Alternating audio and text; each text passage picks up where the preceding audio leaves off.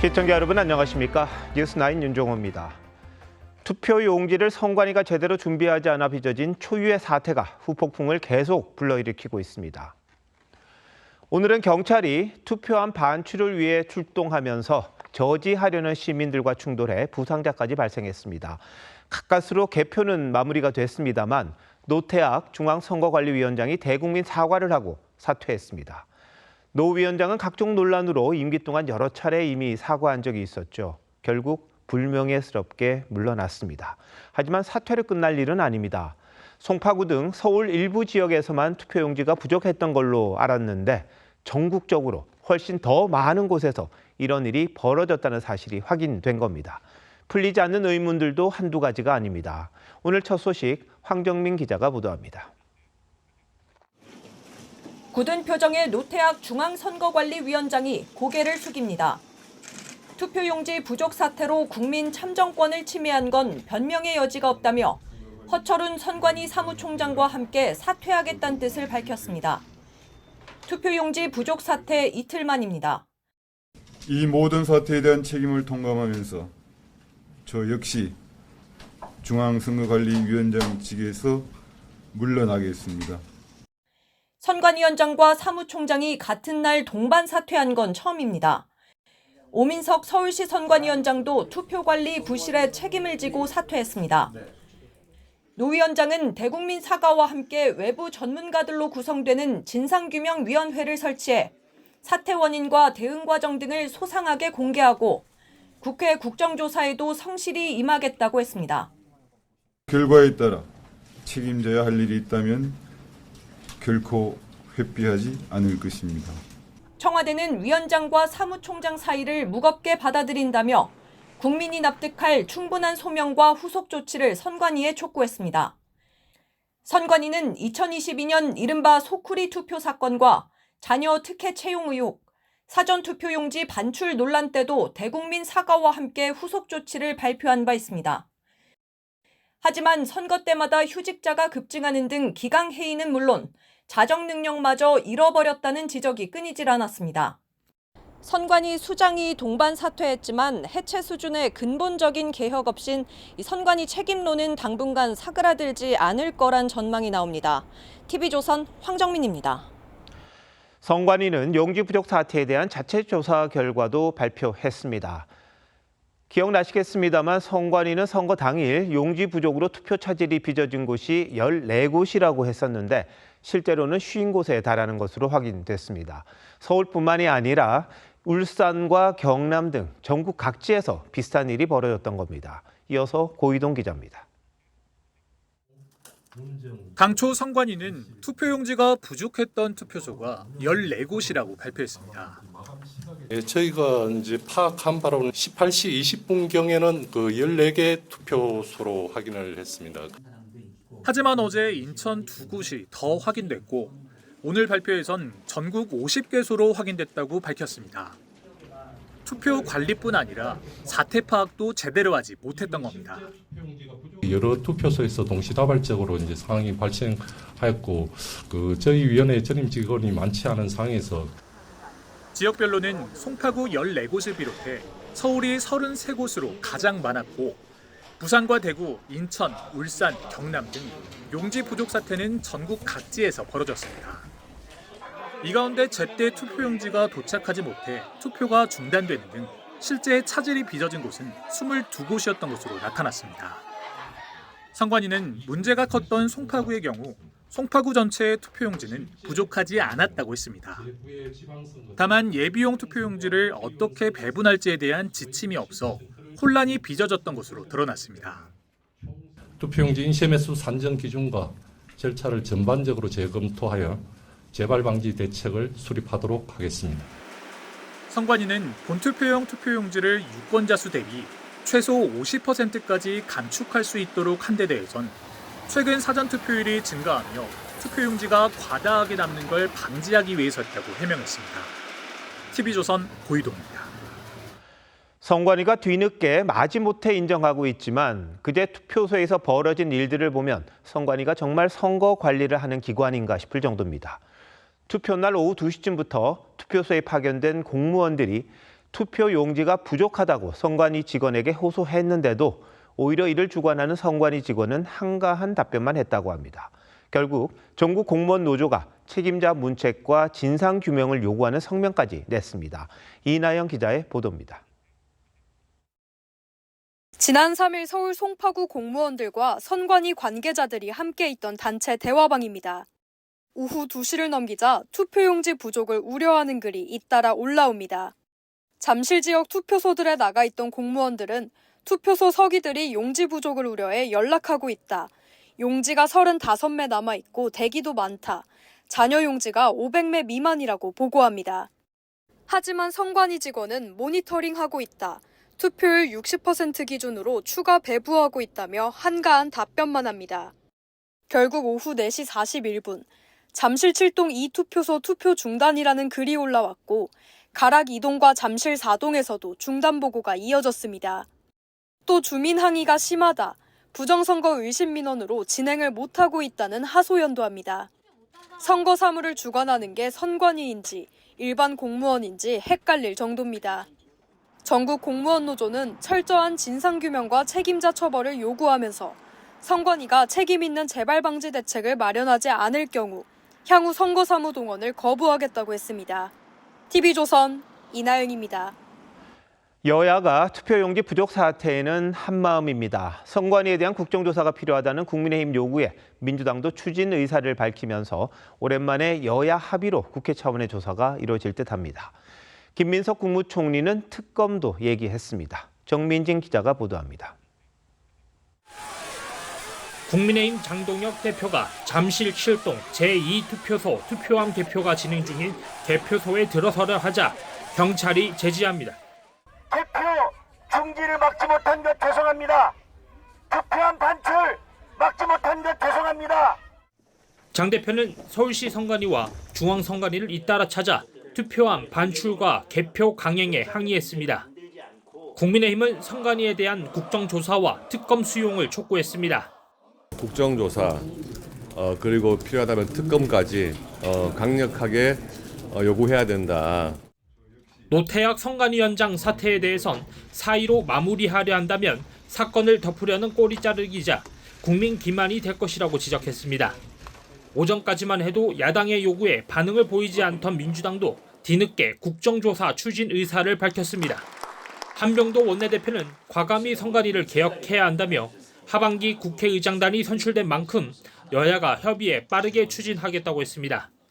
앞서 김민석 국무총리도 필요하다면 국정조사나 특검 등을 통해서라도 확실한 규명과 제도 개선을 이뤄내야 한다고 밝혔습니다. 국무총리께서도 뭔가 입장도 내시고 했던 것 같은데 차분히 계속 그에 관한 논의들은 진행이 되지 않을까요? 다만 민주당은 국정조사와 특검에 열쇠를 진 국회 법사위원장은 반드시 여당이 맡아야 한다는 입장입니다. 법사위원장 자리 다툼이 선관위 실태 조사를 둘러싼 여야의 힘겨루기로 번질 수 있다는 관측도 있습니다. TV조선 정민진입니다.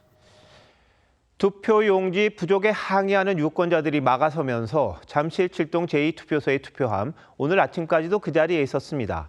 어제 서울시 선관위 사무처장이 40분간 설득하다 쫓겨난 뒤 오늘 아침 선관위가 경찰 1000여 명을 동원해서 항의하는 시민들을 끌어낸 뒤 투표함을 가져갔습니다. 설득하는 신용만 내고 곧바로 물리력을 행사한 셈인데요. 경찰은 강제 해산이 아니라 잘 들어보지도 못한 행정 응원이란 말로 상황을 설명합니다. 왜 이러는 건지 금지혁 기자가 보도합니다. 이른 아침부터 투표소 입구에 경찰 기동대가 모여들더니 8시가 넘어서면서 투표소 안으로 진입을 시도합니다. 경찰은 투표함 이송을 막으면 공무집행 방해에 해당할 수 있다는 경고 방송 뒤 양팔과 두 다리를 들어 사람들을 끌어냈습니다. 통행로 확보해주세요. 통행로 확보해주세요. 선관위는 오늘 오전 서울 송파구 잠실 7동 2투표소에 경찰 기동대 1000여 명과 함께 출동해 투표함 2개를 반출했습니다. 어제 오전 김범진 서울시 선관위 사무처장이 투표함을 꺼내가게 해달라고 설득하다 40분 만에 쫓겨난 뒤 하루 만에 경찰 지원을 요청한 겁니다. 경찰은 강제 해산 조치가 아니고 선관위 행정응원 요청을 받아 진행된 이동조치라고 주장했지만 반출 과정에서 시민 6명이 이마 찰과상 등 경상을 입었습니다. 반출된 투표함 2개는 올림픽공원 핸드볼 경기장으로 옮겨져 오전 10시쯤부터 개표가 시작됐습니다. 개표가 진행되는 동안 경찰은 주변에 바리케이드까지 설치해 항의하는 유권자들의 진입을 막았습니다. 개표 작업은 오후 3시쯤 마무리됐지만 천여 명의 시민들은 강하게 항의했습니다. TV조선 금지영입니다. 네, 앞서 보신 대로 선관위가 기습 작전으로 투표함을 개표소로 옮겼지만 1,000명이 넘는 시민들이 개표소 앞으로 모여들어 투표 무효를 외치고 있습니다. 개표 작업을 하던 선관위 직원들이 안에 갇혔다는 얘기가 나오는데 현장에 취재기자 나가 있습니다. 차순우 기자, 뒤에 많은 사람들이 모여 있네요. 개표소 앞입니까? 네, 이곳 올림픽 경기장에 마련된 개표소 주변에는 약 2천여 명, 경찰 추산 1,400명의 인파가 몰렸습니다. 모여든 시민들은 투표 무효, 재선거 등을 외치고 있는데요. 특히 이곳 핸드볼 경기장에 있는 8곳의 출입구를 막고 나오는 사람들의 신분을 일일이 확인하고 있습니다. 이 때문에 선관위는 현재 30명 정도의 직원들이 갇혀 있다고 밝혔습니다. 개표가 끝난 지 6시간이 지났음에도 선관위 직원들이 나오지 못하면서 경찰은 600명 정도를 현장에 배치해 만일의 사태에 대비 중입니다. 유튜브와 SNS 등에 올림픽공원에 집결해달라는 메시지가 뜨면서 갈수록 인파가 더 몰려들고 있습니다. 황교안 자유와 혁신 대표와 유튜버 전한길 씨 등도 현장을 찾았습니다. 경찰이 최대한 시민들의 인권과 안전에 유의하며 현장을 관리하겠다고 밝힌 상황이어서 당장 강제 해산 등을 시도할 가능성은 낮아 보입니다. 지금까지 올림픽공원 핸드볼 경기장에서 TV조선 차순우입니다. 아수라장 속에 반출된 투표함 2개, 투표가 끝난 지 45시간이 지나서야 개표를 마무리했습니다.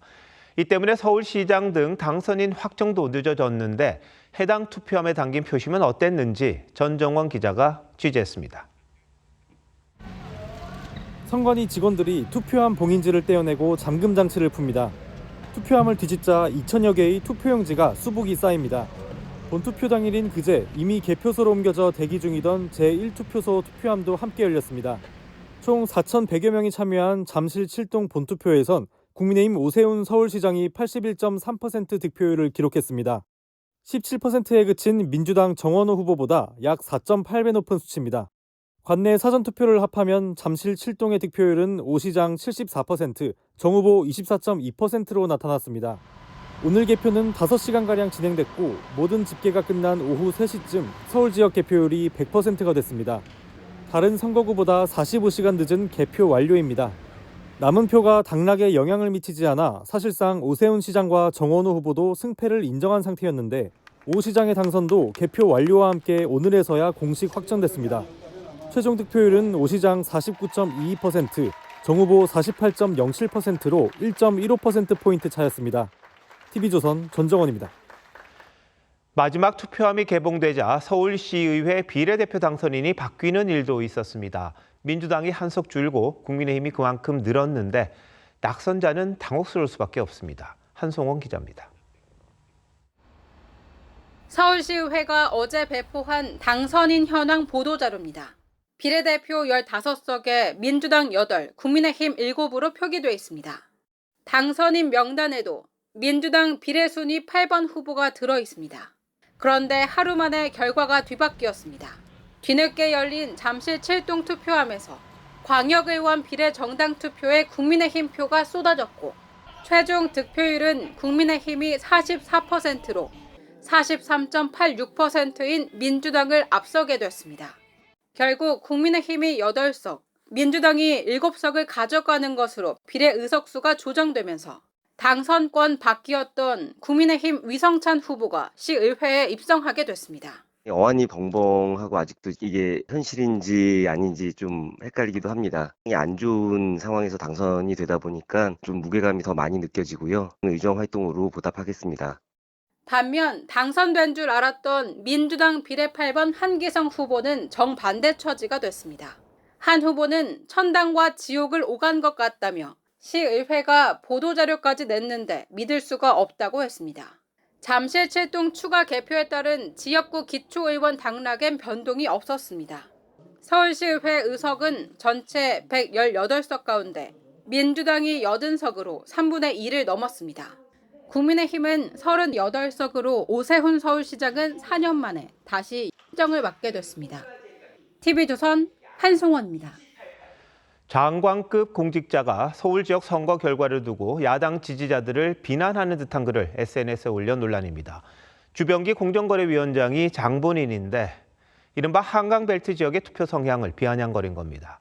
뒤늦게 해당 글을 지우긴 했습니다만 정치적 입장을 자유롭게 표현하려면, 특히 선거 관련 언급을 하려면 공직과는 멀리 있는 게 정답 아닌가 싶습니다. 송병철 기자입니다. 어제 저녁 지방선거 득표율이라며 한 SNS에 올라온 게시물입니다. 작성자는 이 지도를 두고 역사상 가장 완벽한 서울 부동산 추천도라고 적었습니다. 국민의힘 득표율이 집값이 비싼 지역일수록 높은 것을 비꼰 것으로 풀이됩니다.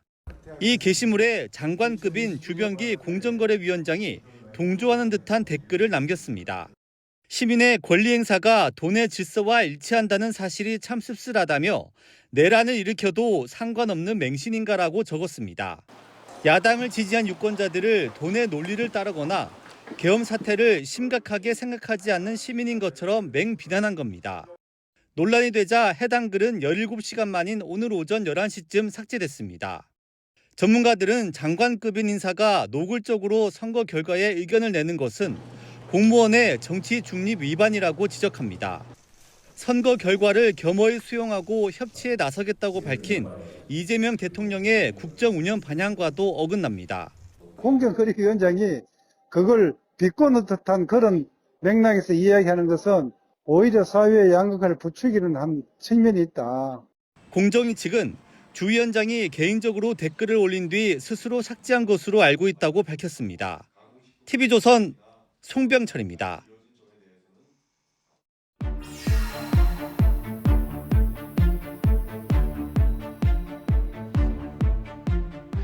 (2026년) 대한민국에서 벌어진 일이라고는 믿기 어려운 투표 용지 부족 사태. 결국 헌법재판소로 갔습니다. 일부 시민들이 위헌 확인 소송을 청구한 건데요. 쟁점이 뭐고 위헌으로 판단될 가능성이 얼마나 있는지 황병준 기자와 따져보겠습니다. 자, 황 기자, 먼저 위헌 확인 소송이라는 게 뭔지부터 설명해 주시죠. 네, 국가가 내 기본권을 침해했을 때 이게 헌법에 어긋나는지 확인해달라고 하는 겁니다. 헌법재판소법 제68조가 근거인데요.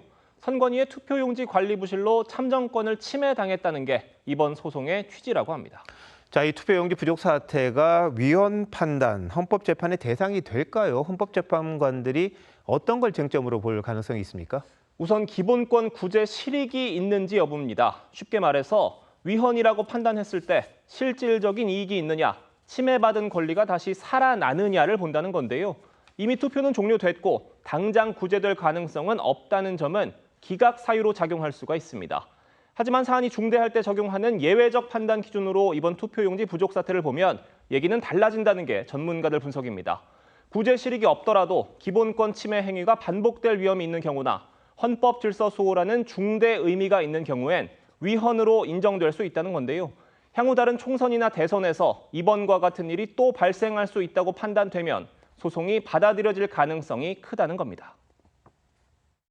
기본권 침해가 반복될 우려가 있을 때는 예외적으로 권리 보익이 충족됐다고 보기도 하거든요. 헌법적 해명이 필요하기 때문에 권리 보익은 갖췄다고 판단할 가능성이 높습니다. 선관위가 의무를 다했는지도 판단 대상이 됩니까? 네, 이른바 행정부작위 여부도 쟁점입니다. 행정부작위란 행정기관이 특정한 처분을 해야 할 법률상 의무가 있는데도 하지 않고 방치하는 상태를 말합니다. 투표용지 부족 사태를 법률상 의무 위반으로 볼 건지 이게 기본권 침해로 이어졌는지가 판단 대상이 됩니다. 전문가들 사이에선 행정부작위에 따른 참정권 침해 소지가 크다는 분석이 나옵니다. 투표용지를 관리를 제대로 공급을 안 해서 투표용지를 못 받았다는 이런 행정부작위가 결국은 선거권자의 선거권을 침해한 것이 되거든요. 다만 일각에선 위헌 판단을 받기 전에 다른 법적 구제 절차를 거쳤는지를 보는 보충성의 원칙 측면에서 이번 소송이 각하될 수 있다는 해석도 나옵니다. 다른 구제 절차를 받지 않고 바로 헌법 소원을 제기한 건 이 원칙에 어긋난다는 겁니다. 위헌으로 결정하면 어떻게 되는 겁니까? 당선이 무효가 되는 겁니까? 우선 위헌 결정이 나오면 선관위는 헌법재판소법에 따라 위헌적인 상황을 즉각 시정해야 할 의무가 생깁니다. 헌재 인용 결정은 국가기관이 반드시 따라야 하는 기속력이 있기 때문입니다. 위헌 결정으로 대규모 국가배상 청구의 길이 열릴 수 있다는 분석도 있고요. 다만 헌재 판단으로 당선 무효가 되진 않습니다. 당선 효력에 관한 건 헌재가 아닌 일반 법원의 영역이기 때문입니다. 네, 이번 투표용지 부족 사태가 가져올 파장 어마어마할 것 같습니다. 헌재 판단 좀 지켜보도록 하죠. 황 기자, 잘 들었습니다.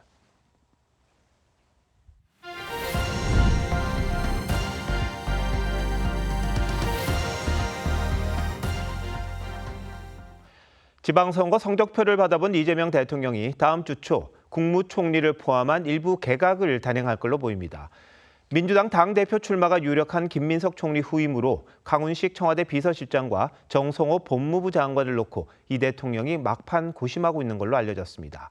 이번 개각엔 일부 장관들과 청와대 참모진도 포함될 걸로 보입니다. 최지원 기자가 취재했습니다. 이르면 8월쯤 열리는 민주당 전당대회 출마가 거론되는 김민석 국무총리는 지난 1일 이재명 대통령과의 독대 자리에서 사의를 표명한 걸로 알려졌습니다. 후임 인사를 놓고 이 대통령은 강훈식 청와대 비서실장과 정성호 법무부 장관을 놓고 막판 고민 중인 걸로 전해졌습니다. 이 대통령은 지난 2일엔 정 장관과 독대 오찬을 했고 어젠 강 실장으로부터 캐나다 출장과 관련한 대면 보고를 받았습니다. 그 법무장관님, 저 대신에 만나라고 고생하시죠? 우리 비서실장에 많이 쓰였습니다. 다만 정 장관은 TV조선과의 통화에서 지방선거 이후 대통령에게 필요한 건 국정 속도감과 성과라며 강 실장이 적임자라고 자신의 지명 가능성은 부인했습니다. 다만 선거 이후 처음 치러지는 인사청문회인 만큼 여야 의원들과 모두 원만한 다선 의원 출신의 정 장관이 낙점될 수 있다는 관측도 있습니다. 여권 관계자는 이 대통령이 지난주부터 총리 후보군을 압축해왔다며 지방선거 결과와 여파 등을 감안해 최종 결정할 거라고 했습니다. 이 대통령은 집권 2년 차를 맞아 복지부와 문체부, 국토부 등 일부 장관 인사와 청와대 비서실 인사 개편도 검토 중인 걸로 알려졌습니다. 다음 주 초 순방을 전후해 인사 단행에 나설 거란 관측이 나오는데 기대에 미치지 못한 지방선거 결과에 따른 국정 쇄신 목적도 있다는 해석이 나옵니다. TV조선 최조원입니다. 이번 지방선거는 최대 격전지였던 서울시장 선거 결과 때문에 민주당은 이기고도 진 듯하고 국민의힘은 지고도 진 것 같지 않은 분위기입니다. 양당 모두에서 지도부 책임론이 나오지만 정청래, 장동혁 두 대표 모두 선을 긋고 있는 것도 이 때문인 듯한데요. 그렇다고 책임론이 쉽게 가라앉지도 않을 듯합니다. 자세한 내용 이태희 기자가 취재했습니다. 6.3 지방선거 이틀 뒤 열린 국민의힘의 선거 결과 평가 간담회에선 반성과 쇄신 주문이 잇따랐습니다. 속죄 책임의 자세인데 이게 제대로 구현이 안 됐다. 비전 제시를 못했기 때문입니다. 철저하게 변화하고 혁신하지 않으면 진짜 한마디로 얘기하면 쪽박 차겠다. 임기를 열흘 남긴 송원석 원내대표도 새 출발이 필요하다며 사퇴했습니다. 더욱 낮은 자세로 순찰하고 국민 속으로 다시 들어가야 한다는 무거운 과제를 내주셨습니다. 사선 중진 김태호 의원은 이제는 멈춰야 할 때라며 장동혁 대표의 사퇴를 직접 요구했습니다. 하지만 장 대표는 어제 새길을 찾겠다는 메시지만 남긴 채 이틀째 의원총회에 불참했고 오늘은 국회 대신 선관위를 찾았습니다. 민주당 정청래 대표도 선거평가는 시스템의 영역이라며 당내에서 제기되는 책임론에 백서발간으로 맞대응에 나섰습니다. 많은 사람들이 당선이 됨에도 불구하고 또 당선되지 못하고 아파할 그분들을 생각하니 저는 웃을 수가 없었습니다. 당내에선 8월 전당대회를 앞두고 개파간 신경전도 시작됐습니다. 친김민석계로 꼽히는 강득구 최고위원이 반성과 책임을 언급했고 반성하고 성찰할 부분도 분명히 있다. 마지막은 지도부가 책임지는 거 아닌가요?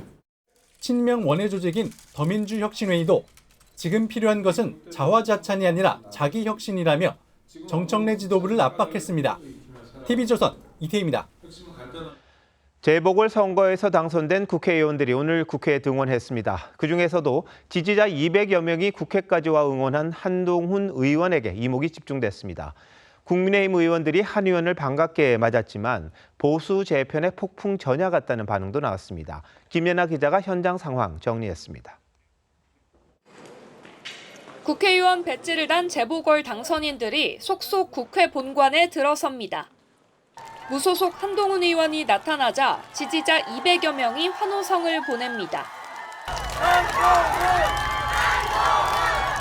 90도로 고개를 숙여 감사를 표한 한 의원은 12.3 비상계엄 당시를 회상했습니다. 저는 그 이후 정치적인 형극의 길을 걸었습니다. 오늘 시민의 힘으로 제가 다시 이곳에 돌아왔습니다. 한 의원은 훈민정음이 새겨진 갈색 넥타이를 맸습니다. 법무부 장관 취임, 국민의힘 비대위원장 취임, 당대표 사퇴 등 정치적으로 상징적인 날 착용했던 겁니다. 친한계 의원들은 본관 입구에서 한 의원을 맞이했습니다. 본회의장에 들어선 한 의원이 국민의힘 의석으로 다가가 인사를 건네자 대부분 의원들은 자리에서 일어나 악수를 나눴습니다. 다만 잠실 개표소와 선관위 항의 방문 등으로 본회의에 불참한 장동혁 대표와의 대면은 성사되지 않았습니다. 재보궐 당선 의원 13명은 함께 의원 선서를 하며 본격 의정 활동을 시작했습니다. 국회의원의 직무를 양심에 따라 성실히 수행할 것을 국민 앞에 엄숙히 선서합니다. 오늘 본회의에선 22대 국회 후반기 의장단이 선출됐는데 국회의장은 민주당 출신 조정식 의원이, 여야목 부의장은 민주당 남인순, 국민의힘 박덕흠 의원이 각각 맡았습니다. TV조선 김예나입니다. 시진핑 중국 국가주석이 7년 만에 북한을 방문합니다. 시 주석으로서는 올해 첫 해외 순방입니다. 의미심장하죠. 북중 관계도 다지고 나아가 중국의 영향력을 과시하는 기회로 삼을 것 같습니다. 먼저 오현주 기자입니다. 시진핑 중국 국가주석이 오는 8일부터 1박 2일 일정으로 평양을 찾습니다. 김정은 북한 국무위원장의 초청으로 이루어진 시 주석의 방북은 2019년 6월 이후 7년 만입니다. 进行国事访问。访问期间，两党两国最高领导人将就双边关系及共同关心的问题交换意见。 시 주석의 이번 방북은 트럼프 미국 대통령에 이어 푸틴 러시아 대통령을 만난 뒤여서 미국 중심의 세계 질서에 맞서 북중러 연대를 강화하려는 행보로 분석됩니다. 시 주석은 김정은 위원장과 만나 전통적인 우호와 동맹 관계를 더 강화할 것으로 보입니다. 중국이 관심을 보여온 두만강 하류 수로 이용과 동해 진출 문제, 북중 접경 지역 개발 협력 등이 논의될 전망입니다. 특히 올해는 상대국이 무력 침공을 당하면 자동으로 군사 개입하는 조항을 담은 북중 우호 협력 상호 원조 조약을 체결한 지 65주년이 되는 해입니다. 북한이 우크라이나 전쟁에 파병을 하는 등 러시아와 군사 협력을 확대하고 있는 상황이어서 이번 방북은 이를 견제하는 의미도 있습니다. 현재의 외교가 국경이 주도하고 있다. 이제 이런 흐름을 이제 전 세계적으로 좀 발출하겠다는 생각도 있는 것 같고요. 시 주석의 방문을 앞두고 평양 김일성 광장에는 환영 행사를 준비하는 모습이 포착되기도 했습니다. TV조선 오현주입니다. 북한이 시진핑 주석의 방북을 발표한 시점도 눈여겨봐야 합니다. 새로운 핵시설을 공개한 지 하루 만에 발표했습니다. 핵 보유국 지위를 확실히 인정받으려는 의도가 있을 거라는데요. 이채현 기자가 짚어봤습니다. 북한이 시진핑 주석의 방북 사실 발표 하루 전 공개한 사진입니다. 김정은 국무위원장이 고농축 우라늄 생산에 필요한 원심 분리기가 늘어선 시설을 시찰하는 모습이 담겼습니다. 핵탄두 설계도로 보이는 자료도 노출했는데 정부는 영변 핵단지에 있는 새로운 농축시설일 가능성이 크다고 보고 있습니다. 무기급 핵물질 생산 능력은 종전의 2배를 능가하는 수준에 도달하였다고. 자신들이 주장하는 핵보유국 지위를 중국으로부터 인정받기 위한 의도적 연출일 가능성에 무게가 실립니다. 중국은 핵보유국 지위를 공개적으로 인정하지는 않고 있지만 북한 비핵화에 대해서도 소극적인 입장입니다. 지난달 열린 미중 정상회담 이후 미국은 북한 비핵화라는 공동 목표를 확인했다고 했지만 중국은 명시적으로 언급하지 않았습니다. 북한이 시 주석 방북을 계기로 핵 개발에 대한 암묵적 승인을 얻으려 하는 것이 아니냐는 분석이 나옵니다. 북한은 중국의 미국 견제에 동참하는 대신 사실상 북한 핵을 묵인하라는 요청을 할 것으로 봅니다. 러시아와 밀착한 북한을 끌어오기 위해 경제협력이란 선물 보따리를 준비할 거란 관측도 있습니다. 시 주석이 김정은과 만남 의사를 여러 차례 밝혔던 트럼프 대통령의 메시지를 전할 가능성도 제기됩니다. 청와대는 중국이 한반도 문제와 관련해 건설적 역할을 해나가길 기대한다는 입장을 밝혔습니다. TV조선 이채연입니다. 젠슨 황 엔비디아 CEO가 7개월 만에 다시 우리나라에 왔습니다.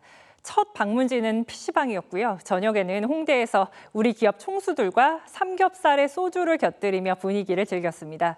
이른바 제2의 깐부 회동 장소에 저희 취재기자 나가 있습니다. 이나라 기자, 회동이 아직도 진행 중인가요? 네, 젠슨 황 엔비디아 CEO와 국내 주요 기업 총수들이 함께한 회동은 2시간 넘게 이어졌습니다. 지금은 1차 회동 장소인 이곳 삼겹살집에서의 회동은 모두 마무리가 됐고요. 인근 술집으로 이동해 회포를 즐기고 있습니다. 회동 장소인 홍대 인근 삼겹살집에는 회동 시작 한참 전인 낮 12시쯤부터 이미 수백 명의 인파가 모여들었습니다. 오늘 오후 7시 10분쯤 검은 가죽 자켓을 입은 젠슨 황 CEO가 식당 앞에 모습을 드러내자 큰 환호가 터졌습니다. 이번 회동에는 최태원 SK그룹 회장과 구강모 LG그룹 회장, 이혜진 네이버 의장이 참석했습니다. 이들은 손님들로 가득한 식당 한가운데 테이블에 앉아 삼겹살과 소주를 곁들인 이른바 삼소 회동을 이어갔습니다. 젠슨 황은 깻잎에 고기와 야채를 싸먹고 소주와 맥주를 섞은 소맥으로 총수들과 건배했습니다. 나이가 가장 어린 구강모 회장이 형님들을 위해 직접 고기를 굽는 모습도 포착됐습니다. 젠슨 황은 식당 안 손님들과 스스럼 없이 사진을 찍기도 했습니다. 식사를 이어가던 젠슨 황과 총수들은 식당 앞으로 나와 기다리는 시민들에게 도넛과 감자칩을 나눠줘 더 큰 환호를 받았습니다. Enjoy some Korea culture, K-pop. Maybe watch a K-drama. K-drama always makes me want to cry. 네, 분위기가 즐거워 보이는데요. 또 젠슨 황이 한국을 위한 깜짝 선물이 있다고 말했다고요? 네, 그렇습니다. 젠슨 황은 앞서 오늘 오후 1시쯤 김포공항을 통해 입국했는데요. 한국말로 반갑게 인사를 건넨 뒤 취재진 앞에서 한국을 위해 준비한 깜짝 선물이 있다고 발표하기도 했습니다. 안녕하세요. I brought a lot of business for Korea. No, I have some surprises. 공항을 빠져나온 젠슨 황은 제일 먼저 서울 홍대의 한 PC방을 찾았습니다. Korea was the origins of esports, and you invented spectator sports for esports. Korea has been very close to my heart and very important to NVIDIA for a very long time. PC방에서 만난 세계적인 프로게이머 페이커 선수에게는 신형 그래픽 카드도 선물했습니다. This is the only one in the world with my signature and Faker's. Look at this. This might be worth $1 million. I might have to keep this now. 젠슨 황은 아직 시중에 나오지 않은 새 AI PC 라인업도 소개했습니다. 젠슨 황은 모레 김택진 NC소프트 대표를 만나 게임과 AI 협력 방안을 논의하고 서울 잠실구장에서 두산 베어스 홈 경기의 시구자로도 나설 예정입니다. 8일에는 국내 AI 로봇 스타트업 대표들과 비공개 간담회를 갖고 서울대 AI 연구원과 로보틱스 연구소, LG그룹과 현대차그룹, 네이버 사옥 방문도 조율 중입니다. 지금까지 삼소 회동이 열리고 있는 홍대에서 TV조선 이나라입니다. 하지만 오늘 증시 상황은 좋지 않았습니다. 미국발 반도체 쇼크 때문이었습니다. 삼성전자와 SK하이닉스도 나란히 급락했고 수익률을 2배 따라가는 레버리지 상품도 무섭게 떨어졌습니다. 상품이 나올 때부터 우려됐던 상황입니다. 허유화 기자입니다. 개장 초반 급락세에 8분 만에 매도 사이드카까지 발동한 코스피. 장 초반부터 흔들렸던 반도체 대장주 삼성전자와 SK하이닉스는 각각 6%, 9%대의 하락세를 기록했습니다. 미국 반도체 기업 브로드컴의 실적이 시장의 기대에 못 미치면서 간밤 뉴욕 증시에서 주요 반도체 주가가 급락한 영향입니다. 브로드컴 실적 영향을 준 것 같고요. 외인들의 매도가 좀 추세적으로 이어졌고 차익 실현의 욕구가 더 커지는 거죠. 삼전닉스 주가를 2배 추종하는 레버리지 상품은 낙폭이 더 커서 하루 만에 약 20%까지 급락했습니다. 삼성전자와 하이닉스 레버리지의 희비도 엇갈리고 있습니다. 지난달 27일 상장 이후 삼성전자 상품 7종은 모두 수익을 내고 있지만 SK하이닉스 상품 7종은 오히려 손실을 보고 있습니다. 고수익을 노리고 투자했던 개인 투자자들은 불안에 떨고 있습니다. 인터넷 게시판은 손이 떨린다, 무섭다는 글이 잇따르고 있습니다. 큰 폭의 하락을 하게 되면 2배의 손실을 가져다 줄 뿐만 아니라 해지 비용까지 투자자가 부담을 해야 돼서 상당한 손실이 발생합니다. 금융당국은 증권업계 관계자들과 긴급 회의를 열고 레버리지 상품 위험성 등을 점검했습니다. TV조선 허유아입니다. 서울 강남의 한 건물에서 불법 도박이 벌어진다는 신고가 들어왔습니다. 경찰이 급습했더니 카지노 테이블과 칩이 수북했습니다. 그 단속 현장을 공건 기자가 단독 취재했습니다. 평일 아침 강남의 한 골목에 있는 건물로 경찰들이 몰려옵니다. 방패 등 진압 장비를 챙긴 경찰은 소방대원과 함께 건물 지하로 내려갑니다. 잠시 후 다른 출입구에서 한 남성이 나오다 경찰과 대치하고 곧이어 여러 사람이 줄줄이 건물 밖으로 나옵니다. 지난달 29일 아침 9시 30분쯤 서울 노련동 한 건물 지하에서 마약 사범들이 도박을 하고 있다는 신고가 접수됐습니다. 경찰이 출동해보니 건물 지하에는 10명 정도가 모여 있었습니다. 마약 투약 흔적은 없었지만 카지노에서나 볼 법한 테이블과 칩, 카드 등이 있었습니다. 지하로 내려가는 입구에는 검은색 시트지가 붙어 있어 외부에서 내부가 전혀 보이지 않습니다. 주민들은 평소에도 수상했다고 말합니다. 마약 얘기도 있고 막 그러더라고요.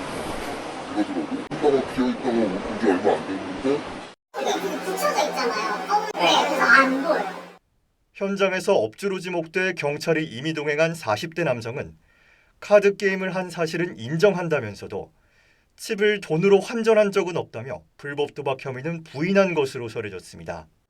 경찰은 이 남성을 상대로 불법 도박 여부 등을 조사하고 있습니다. TV조선 공건입니다. 네덜란드에서 국내로 배송된 원두커피 소포를 뜯어봤더니 무려 5억 원어치의 신종 마약이 쏟아져 나왔습니다. 요즘 이렇게 해외 직구인 것처럼 슬그머니 마약을 들여오는 경우가 많은데 우체국 감시망이 다 잡아냅니다. 김승돈 기자입니다.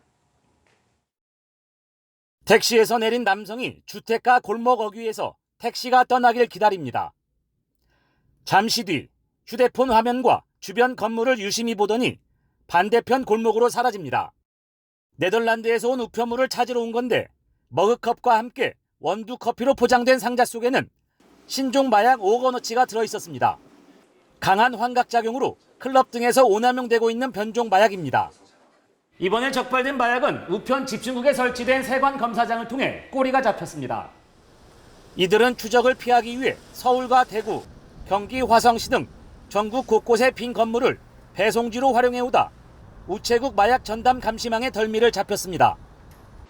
마약범죄정부합동수사본부는 부천과 안양, 부산 등 전국 우편 집중국 5곳에 마약 우편물을 골라내는 엑스레이 검색대를 만들어 공항 세관을 통과한 우편물에 대해 추가 확인 작업을 벌여왔습니다. 다른 나라에 없는 또 선진적이고 획기적인 제도이기도 하고 또 일종의 마약 안전망입니다. 합수본은 마약을 찾으러 온 30살 수거책을 구속해 재판에 넘겼고 이미 다른 혐의로 구치소에 있던 21살 밀수책도 추가 기소했습니다. 이들이 저지른 마약 범죄 6건도 추가로 밝혀내 해외 밀수 조직으로 수사를 확대하고 있습니다. TV조선 김승도입니다. 주로 관절이 아플 때 받는 도수 치료의 비용은 부르는 게 값일 정도로 병원마다 다 다릅니다. 그래서 정부가 다음 달부터 가격을 43,850원으로 딱 정했습니다.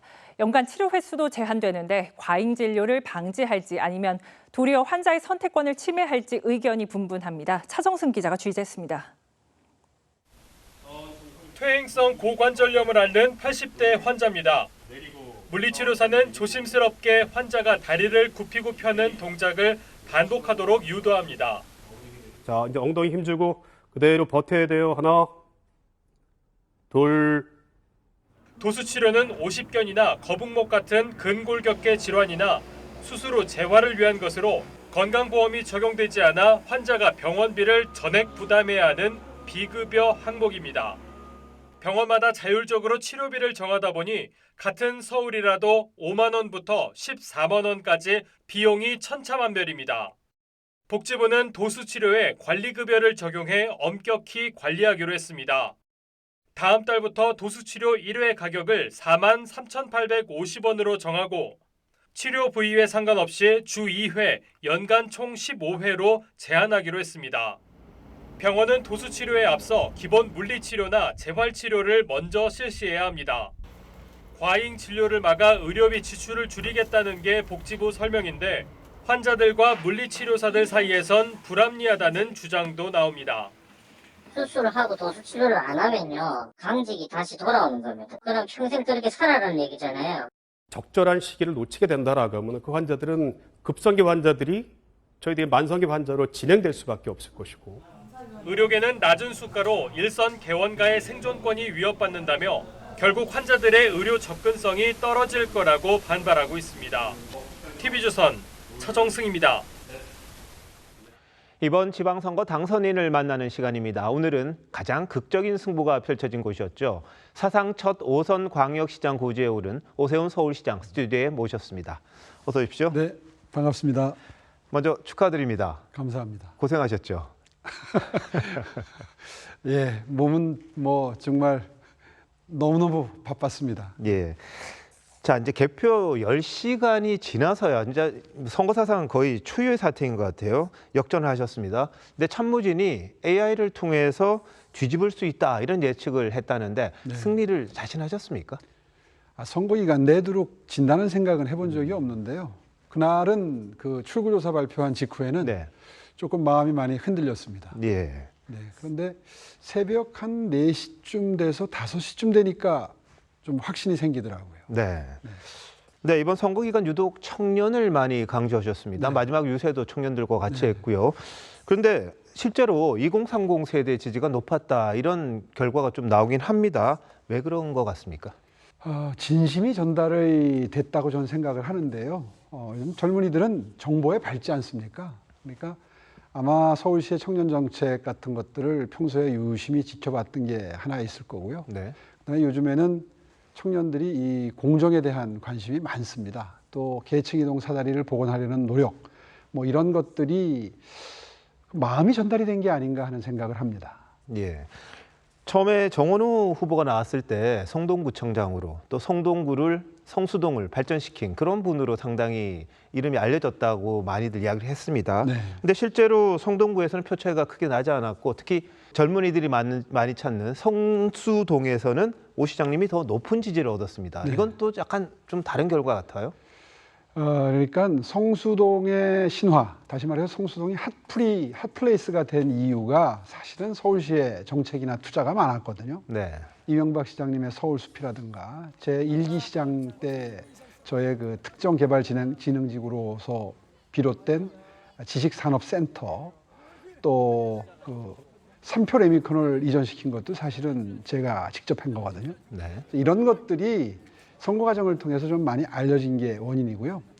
이후에도 성수 전략 정비구역 같은 곳이 지금 1, 2, 3, 4지구가 있는데 그런 곳이 진도가 잘 나가려면 누가 시장을 하는 게 도움이 되느냐에 대한 판단도 아마 있으셨을 걸로 생각이 듭니다. 예. 자, 이번 선거는 당 지도부의 도움이 없이 개인기로 치렀다 이런 해석이 많습니다.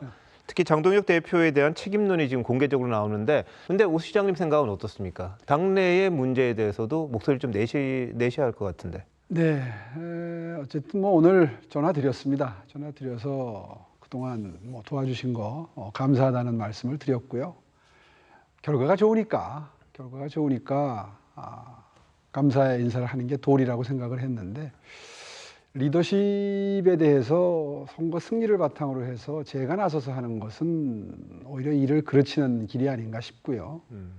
아마 의원님들 입장에서는 이제 다음 총선을 의식할 수밖에 없기 때문에 네. 아마 어떤 브랜드로, 어떤 정체성으로 선거를 치르는 게 도움이 될지에 대한 나름대로의 판단들이 앞으로 많은 논의 과정을 거쳐서 정리가 되리라고 저는 생각합니다. 네, 직접적으로는 말씀을 안 하신 셈이네요. 네, 그 정도 듣겠습니다. 자, 근데 선거기간 서울을 이렇게 견제와 균형의 최후의 보루다 이렇게 말씀하셨습니다. 그리고 국무회의에 참석해서 이재명 대통령에게 고언을 하겠다 이런 말씀도 하셨거든요. 실제 그러실 겁니까? 예, 이제 임기가 7월 1일 날 새로 시작이 되는데 첫 주나 둘째 주 그 즈음에 출석을 해서, 혹은 뭐 꼭 국무회의가 아니라도 네. 별도의 기회를 주신다 그러면 만나 뵙고 민심을 좀 전달을 드리고 싶습니다. 실제로 지금 제일 문제가 전월세인데요. 전세 물량이 거의 사라지고 없고 월세는 폭등하고 있는데, 지금 현재 정책을 유지한다 그러면 저의 판단으로는 앞으로 1, 2년, 2, 3년 내에 더 큰 재난이, 부동산 참사가 찾아올 겁니다. 이 점에 대해서 정말 진솔하게 대화를 한번 하면서 방향 전환을 촉구하고자 합니다. 네, 뭐 선거 결과에 영향을 미치지 못했습니다만 추위에 투표용지 부족 사태가 일어났습니다. 특히 오 시장님이 강세인 지역에서 이런 사태가 일어났는데, 이건 어떻게 해석해야 될까요? 참으로 있어서는 안 되는 일인데요. 뭐 요즘 오늘 특히 젊은이들이 많이 격앙돼 있는 상태입니다. 네. 젊은이들이 특히 공정이나 이런 그 정의 관점에서 굉장히 민감하거든요.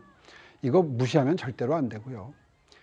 선관위 그동안의 행태가, 사실은 선관위가 가장 신뢰를 받아야 될 기관인데 불신의 대상을 넘어서서 이제는 부정선거의 온상과 같은 스스로 그런 그 이미지를 만들어간다는 관점에서 선관위원장이 사퇴하는 정도를 넘어서서 거의 해체 후에 재구성하는 정도의 그런 황골탈퇴를 주문해야 된다고 저는 생각을 합니다. 특히 행안부 장관도 그렇고 대통령도 그렇고 정말 큰 책임감을 느껴야 된다고 생각합니다. 네. 자, 서울시장에 지금 5선입니다. 5번째 서울시장을 하고 계신데, 시장은 되셨습니다만 지금 솔직히 다음 임기를 시작하실 때 의회와의 관계가 상당히 지금 어려울 수밖에 없습니다. 특히 민주당이 3분의 2 이상의 의석을 지금 갖고 있거든요. 그렇게 됐습니다. 자, 예전에 이런 경험이 있으셨잖아요. 그때 그렇습니다. 굉장히 힘들었던 걸로 기억이 나는데, 네, 맞습니다. 협치를 어떻게 하실 생각이십니까? 그때하고 지금하고 상황이 좀 많이 달라진 것이, 요즘에는 거의 실시간으로 이 유튜브나 뭐 쇼츠 같은 걸 통해서 생중계되다시피 하기 때문에 뭐 과거처럼 그렇게 그 무리스럽고 무도한 행태를 시의회에서 보이기에는 어렵다고 저는 생각을 하고요. 특히 또 제 마음도 뭐 그것도 유권자 분들의 선택이고 뜻이시기 때문에 네. 잘 받들어서 협치의 길로 나아가는 것이 유권자들의 뜻이라고 저는 생각합니다. 자, 이건 뭐 좀 먼 이야기이긴 합니다만 임기 끝나실 때쯤 되면 네. 대선입니다. 네. 염두에 두고 계신가요? 아직은 뭐 그런 생각을 할 계제가 아니라고 생각하고요. 제가 최근 들어서 그런 말씀을 자주 드렸습니다. 5선 시장을 택할 거냐, 대선을 생각하느냐. 그러면 저는 주저없이 5선 서울시장으로서 서울시를 반열에 올려놓는 것, 특히 이번에 제가 약속드린 것처럼 글로벌 탑 3 삶의 질 순위에서 또 도시 경쟁력, 매력도 순위에서 3위로 끌어올리는데 저는 미쳐있는 놈입니다. 이런 말씀을 드린 적이 있는데요. 네. 정말 뭐 좌고우면하지 않고 글로벌 탑 3를 향해서 한번 질주를 해보고 싶습니다. 네, 여기까지 듣겠습니다. 나와주셔서 고맙습니다. 네, 감사합니다.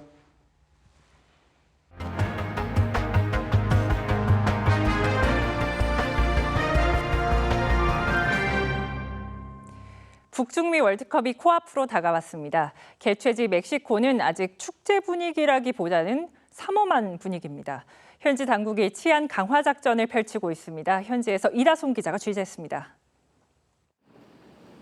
거대한 화산 분화구를 닮은 과달라하라 경기장입니다. 한국과 체코의 월드컵 조별리그 첫 경기가 열리는 곳이지만 축제의 설렘은 아직입니다. 과달라하라는 멕시코 최대 범죄 조직의 본거지로 악명이 높습니다.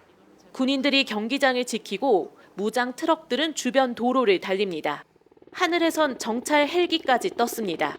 보안 강화를 위해 경기장 앞에 빽빽하게 설치된 4m 높이의 철제 펜스는 현장 분위기를 상징적으로 말해주고 있습니다. 멕시코 정부는 월드컵 기간 10만 명의 군 경찰을 투입해 치안을 강화할 계획입니다. 그나마 과달라하라 최대 번화가 주변은 월드컵 조형물이 곳곳에 설치되며 개막 열기가 체감됩니다. 월드컵 기간 운영되는 이곳 팬존에는 수천 명이 모여 지구촌 최대 축구 축제를 즐길 전망입니다. Recibir a toda la gente y a toda la nacionalidad que vengan, los aficionados que vengan a disfrutar el partido y la afición futbolera. 한국과의 맞대결을 앞둔 팬들의 자신감도 느껴집니다. Obviously Mexico, because we are in our country, we have a lot of fans here. 실전만을 앞둔 우리 대표팀은 6일 결전지 멕시코에 입성합니다. 과달라하라에서 TV조선 이다솜입니다.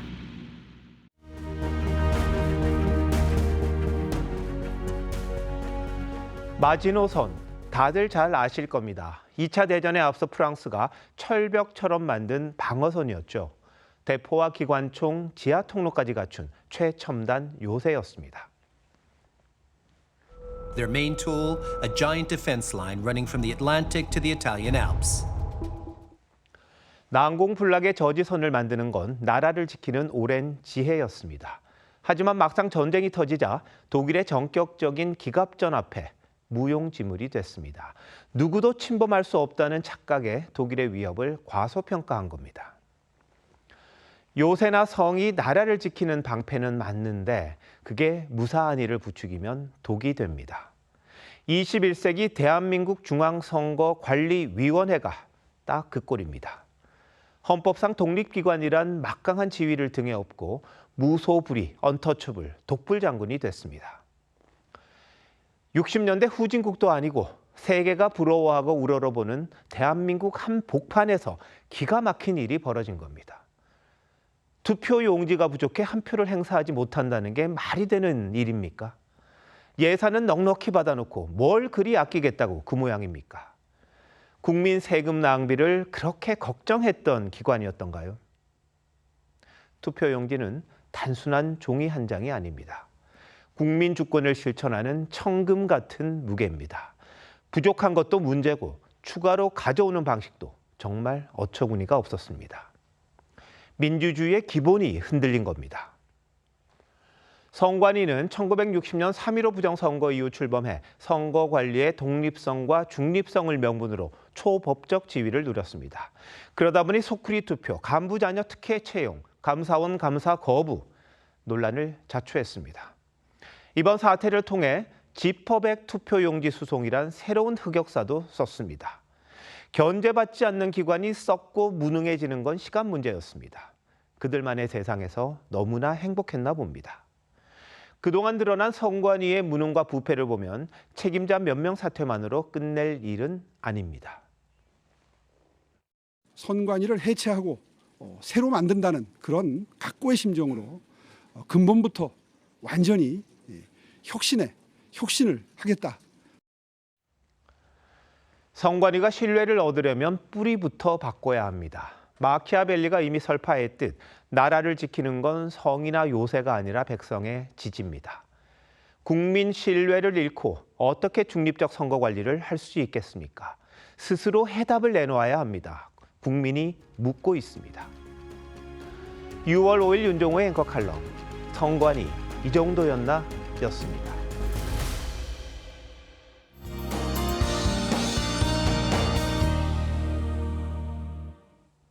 현충일이자 주말인 내일 전국이 대체로 맑은 가운데 서울의 낮 기온 28도로 심한 더위는 없겠습니다. 모레는 하늘이 흐려지겠고요. 경북 동해안과 부산, 울산에 5mm 안팎의 비가 조금 내리겠습니다. 내일 아침 중부지방에는 가시거리 1km 미만의 안개가 끼는 곳이 있겠습니다. 안개가 거친 뒤 전국 대부분 지역에서는 낮 동안 자외선 지수 매우 높은 단계까지 지속겠습니다. 외출 시 모자나 양산을 활용해 자외선 차단을 하시는 것이 좋겠습니다. 내일 아침 기온 서울 16도, 광주 14도, 부산 18도로 선선하겠고요. 내일 한낮 기온 서울과 대전 28도, 광주와 대구 29도로 오늘보다 조금 높겠습니다. 당분간 평년 수준의 초여름 날씨로 큰 더위는 없겠습니다. 날씨였습니다. 6월 5일 금요일 뉴스9 마칩니다. 시청해주신 여러분 고맙습니다.